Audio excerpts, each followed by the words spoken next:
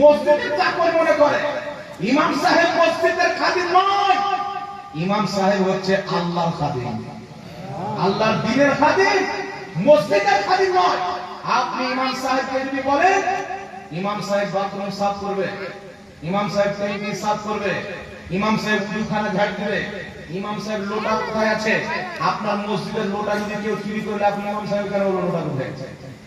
ইমাম সাহেবকে বলবেন বাথরুম সাফ করতে হবে, ট্যাঙ্কি ইমাম সাহেব সাফ করবে। উনি ইমাম কোথায় থেকে এসেছে এই জায়গায় আমার মাথায় দেখছেন, এটা হলো আমামা, আমামা থেকে এসে ইমাম। ইমাম হলো মাথার তাজ। ইমামের জিম্মা মসজিদ ঝাড় দেওয়া নয়, ইমামের জিম্মা বাথরুম সাফ করা নয়, ইমামের উপরে এটা জিম্মেদারি নাই যে সে লোটা কোথায় আছে দেখবে। ইমামের কাজ হচ্ছে 5 ওয়াক্তের নামাজ পড়া আর মুসাল্লিকে নিজের বক্তব্যের মাধ্যমে ভালো শিক্ষা দেওয়া, সুবহানাল্লাহ, দ্বীনের কথা বলা। আর আপনি যদি মনে করেন যে না ইমাম সাহেবকে বাথরুম সাফ করার জন্য রেখেছি, তাহলে বাথরুম সাফ করে নামাজ তার পিছে বলিয়েন তিনের নচেত খোদা আল্লাহর ওয়াস্তে ইমাম সাহেবের ইজ্জত আমাকে আপনাকে বুঝতে হবে। মসজিদের ইজ্জতকে যদি না বুঝি, আজকে আমার মোবাইলে একটা পেপার এসে উত্তরপ্রদেশে একজন ইমাম 4 তলা মসজিদে ফাঁসি দিয়ে মরেছে। দীর্ঘদিন থেকে বলছে বেতন বাড়ান, বেতন বাড়ান। গ্রামের লোক বেতন বাড়াচ্ছে না, কমিটির লোক অনেক কাজ হয়ে গেছে, ওর বেতন ছিল মাত্র 4,500 টাকা।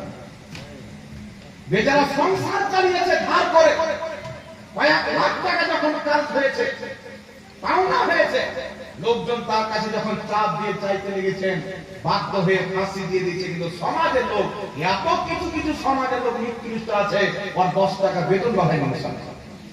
কিন্তু আলহামদুলিল্লাহ বেশি দূর আপনাকে যেতে হবে না। সামান্য বীরভূমের মাটিতে একজন হাফিজ সাহেব দীর্ঘ বছর থেকে ইমামতি করেন। এলাকার লোক দেখছেন সাইকেল নিয়ে বাড়ি থেকে আসছে যাচ্ছেন, গ্রামের লোক টাকা উঠিয়ে ইমাম সাহেবকে মোটর সাইকেল কিনে দিয়েছে। বম্বের মাটিতে ইমাম সাহেব 40 বছর ইমামতি করার পর যখন বয়স্ক হয়ে গেলেন, বয়োজ্যেষ্ঠ হয়ে গেলেন, তিনি বললেন আমি আর ইমামতি করতে পারবো না। তখন ইমাম সাহেবকে তিনারা হাতে প্রায় 10 লক্ষ টাকা ক্যাশ আর প্রতি মাহিনা উনি যতদিন বাঁচবেন 10,000 টাকা করে পেনশন হিসেবে বেতন সমাজের লোক থেকে টাকা নিচ্ছেন। সুবহানাল্লাহ, বহুত বড়িয়া। আমাদের সমাজের লোক কি যে নামাজ পড়ানো তো ধারি ধার নাই, ইমাম কে আছে আর নাই, অত কোনো চিন্তাই নাই। যত শয়তানি কিছু নামাজের মধ্যে ভালো আছে। ইমাম সাহেবের মন্দিরে কেন দাগ লেগে আছে? ও নামাজ পড়তে যাচ্ছে না, ইমাম সাহেবের কাজ চেক করতে যাচ্ছে। আমার মুসলমান, ইমাম হচ্ছে মাথার তাজ।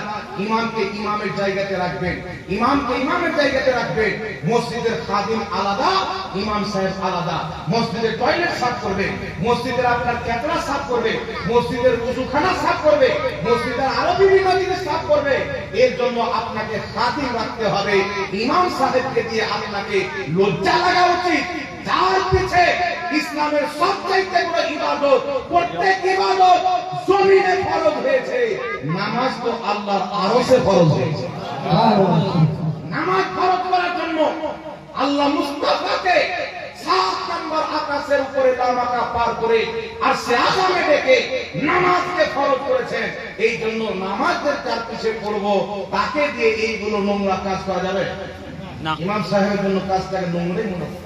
এই জন্য খবরদার এইগুলো কথা আমাদের মুখ দিয়ে যেন ইমাম সাহেবের ব্যাপারে না বাড়ে। ইনশাআল্লাহ, ইনশাআল্লাহ, ইনশাআল্লাহ। ইমাম সাহেবের সম্মান করবেন, ইমাম সাহেবকে হাদিয়া পেশ করবেন। আপনিও খুশি, ইমাম সাহেবও খুশি, আল্লাহ আল্লাহ রাসূলও খুশি। সুবহানাল্লাহ।